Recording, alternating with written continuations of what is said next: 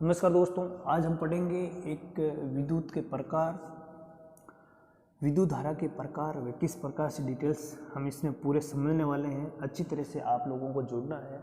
IT के जितने भी बच्चे हैं इसे इलेक्ट्रिशियन ट्रेड से आईटी कर रहे हैं, उनके लिए मैं बिल्कुल छोटे छोटे वीडियो के पार्ट्स लेकर आ रहा हूँ इलेक्ट्रिशियन थ्योरी के।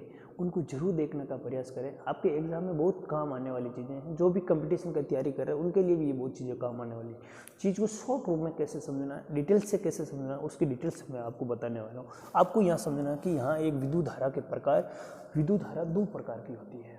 आप लोग जानते होंगे ये प्रत्यावर्ती धारा, एक दिष्ट धारा, दो प्रकार की आप जानते होंगे कि प्रत्यावर्ती धारा को हम इंग्लिश में अल्टरनेटिंग करंट कहते हैं, डीसी धारा को बोलते हैं डायरेक्ट करंट बोलते हैं।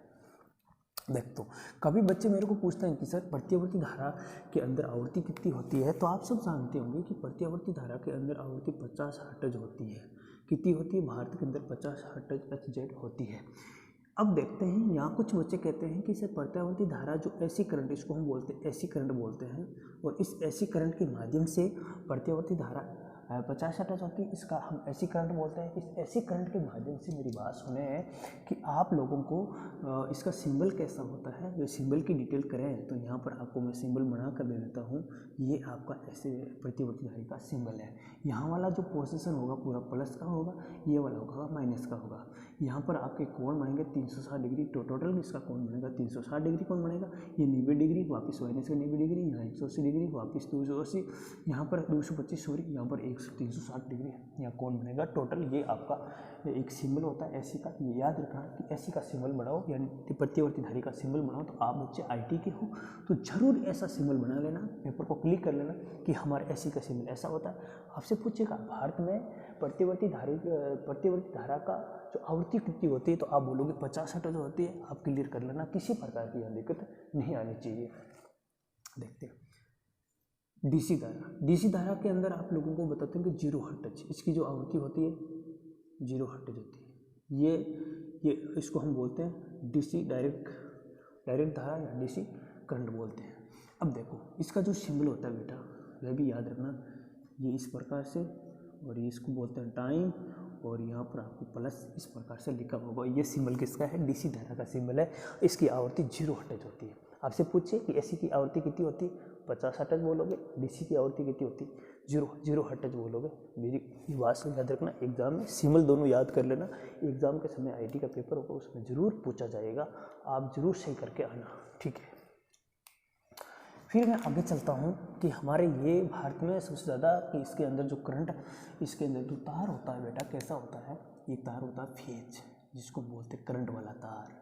ये एक होता है न्यूट्रल, इस तार का कलर कैसा होता है बेटा? लाल होता है। कैसा होता है बेटा? लाल। ये मैं सिंगल फेज की बात कर रहा हूँ बेटा, अभी याद रखना। यहाँ इसका तार न्यूट्रल होता है, उसका तार होता है काला, और इसमें जो बेटा एक प्लस का तार होता है उसका कलर होता है लाल। कैसा होता है? लाल। जबकि इसमें माइनस का तार होता है उसका होता है बेटा काला। ये चीज़ याद रखना, ठीक है।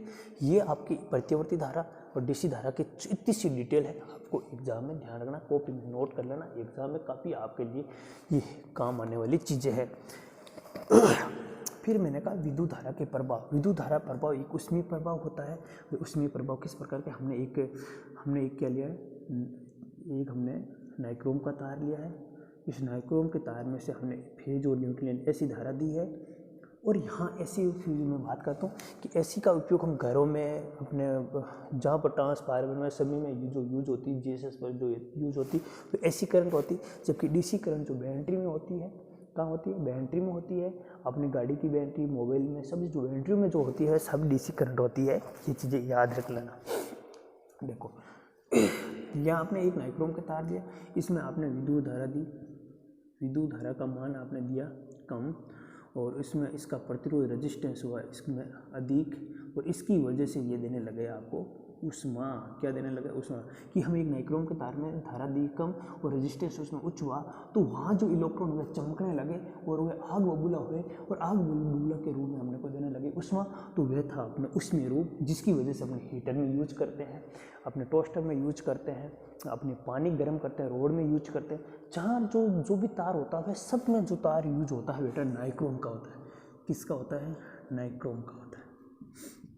निकल प्लस क्रोमियम का बना होता है, और निकल का निकिल का जो मान होता है वह होता है आपका बेटा, ये भी याद रख लेना, 80% होता है। और जो क्रोमियम का मान होता है उसका 20% होता है। ये चीज़ें भी आपको याद रखना, जिसका मिश्रण से नाइक्रोम का तार का निर्माण होता है। ये डिटेल थी ऊष्मीय प्रभाव से, आप याद रख लेना। ये मैंने पूरी एक ऊष्मीय प्रभाव के माध्यम से आपको डिटेल बता दी है, आप अपनी कॉपी में नोट रखना। तो आगे हम पढ़ते हैं चुंबकीय प्रभाव।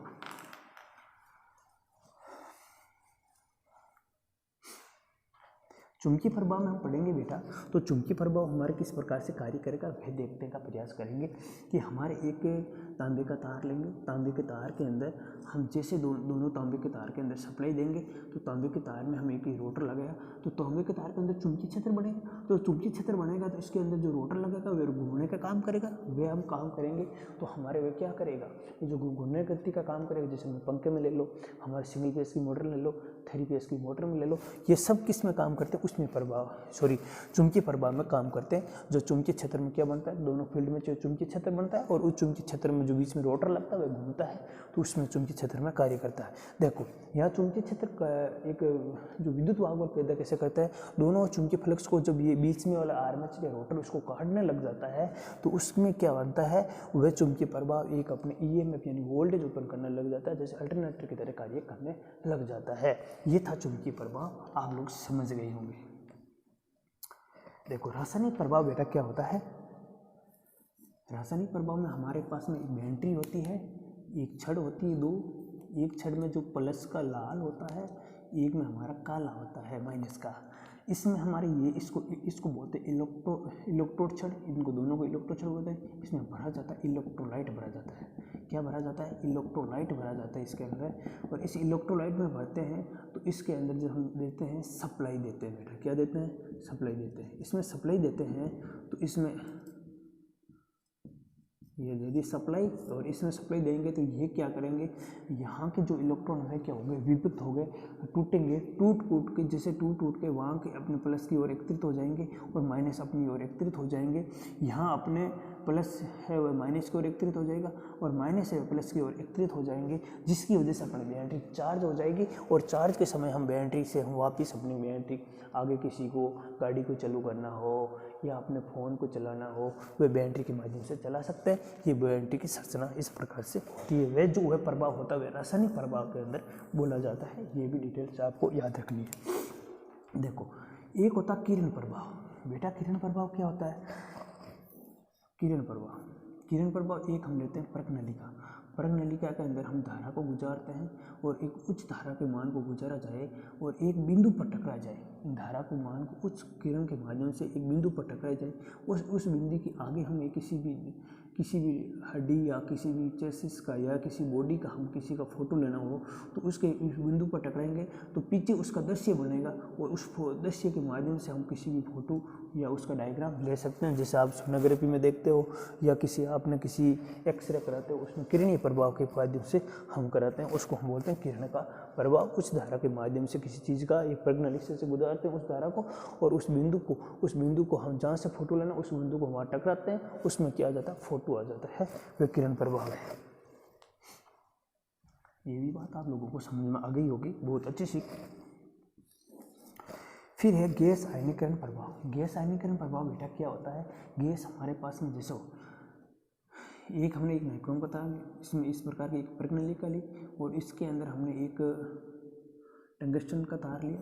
टंगस्टन के तार में हमने आर्गन गैस भरी, आर्गन और नाइट्रोजन गैस का निर्माण किया। इन दोनों गैसों का हमने क्या मिश्रण किया और ये मिश्रण जो अपने जो टंगस्टन का तार था वह उसमें देने लगा और उसमें से ये प्रकाश देने लगा।